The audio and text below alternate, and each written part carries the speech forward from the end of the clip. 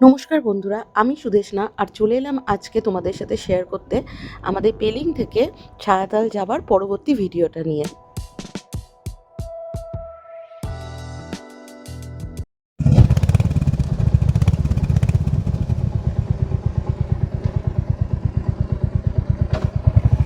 আগের ভিডিওটাতেই আমি শেয়ার করেছিলাম যে ছায়াতাল যাওয়ার সময় একটা লোহার পুল ছিল, সেই পুলের নিচ দিয়ে যে রাস্তাটা ছিল সেই রাস্তাটা ধরে আমাদের এগোতে হতো, কিন্তু আমরা কিছুতেই সেই রাস্তা খুঁজে পাচ্ছিলাম না।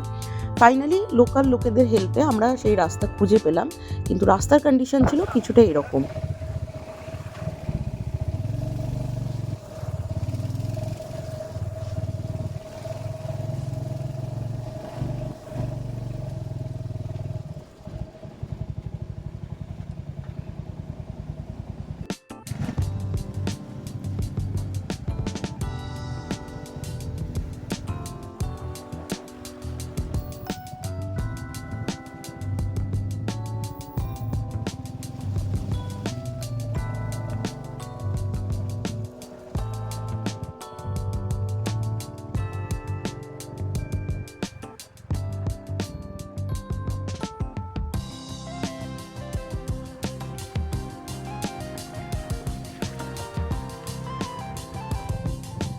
তো বেশ কিছুটা খারাপ রাস্তা পাওয়ার পর আমরা অবশেষে এসে পৌঁছালাম মেন রাস্তায়।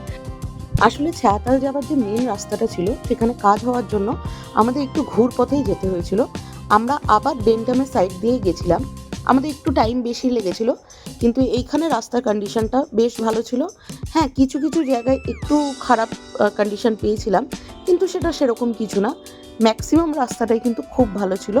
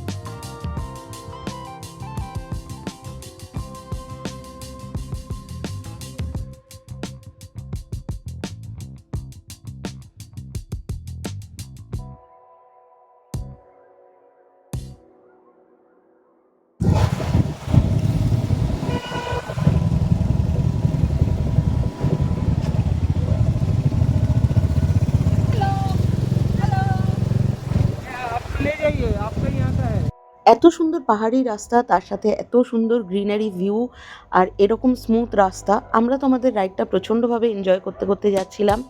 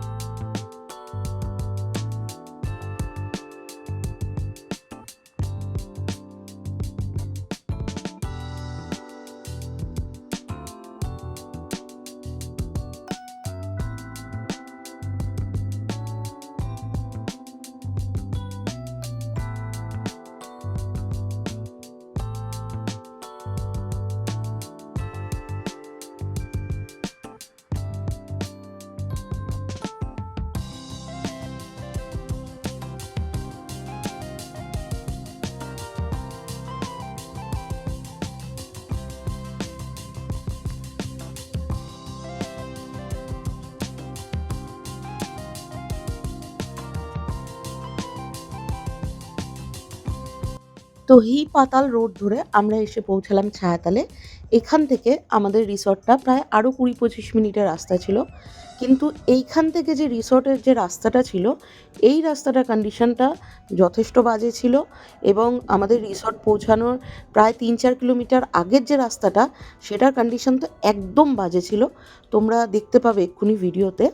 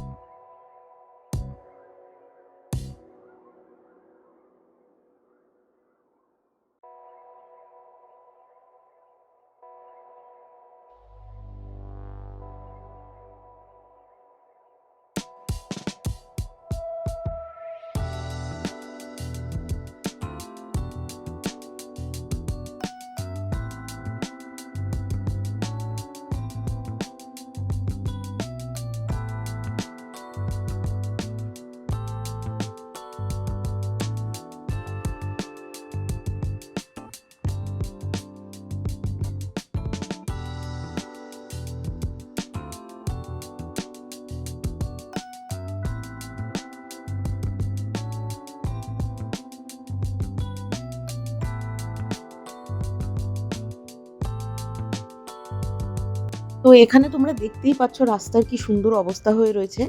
এটা আমাদের রিসর্টে পৌঁছানোর 1 কিলোমিটার আগের মতো রাস্তা হবে। এখানে আগের দিন বৃষ্টি হয়েছিল আর এরকম পুরো কাদা একদম জমে গেছিল। ফাইনালি আমরা এই সমস্ত খারাপ রাস্তা ক্রস করে এসে পৌঁছালাম আমাদের রিসর্টের সামনে।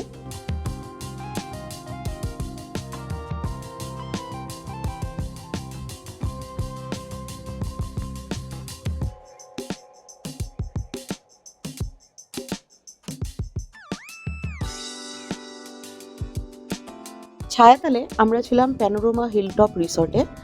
পেলিং থেকে আমাদের এখানে আসতে আসতে প্রায় 2 ঘন্টার মতো টাইম লেগে গেছিলো। দুপুর 2টো নাগাদ আমরা এসে পৌঁছালাম রিসর্টের সামনে। নেক্সট ভিডিওতে আমি তোমাদের পুরো রিসর্টটা ঘুরিয়ে দেখাবো। আজকের ভিডিওটা আমি এইটুকুন অবধিই রাখলাম। দেখা হচ্ছে তাহলে পরবর্তী ভিডিওতে। আর যদি আমার এই ভিডিওগুলো ভালো লেগে থাকে তাহলে কিন্তু আমাকে জানাতে ভুলো না। ততক্ষণ অবধি টাটা।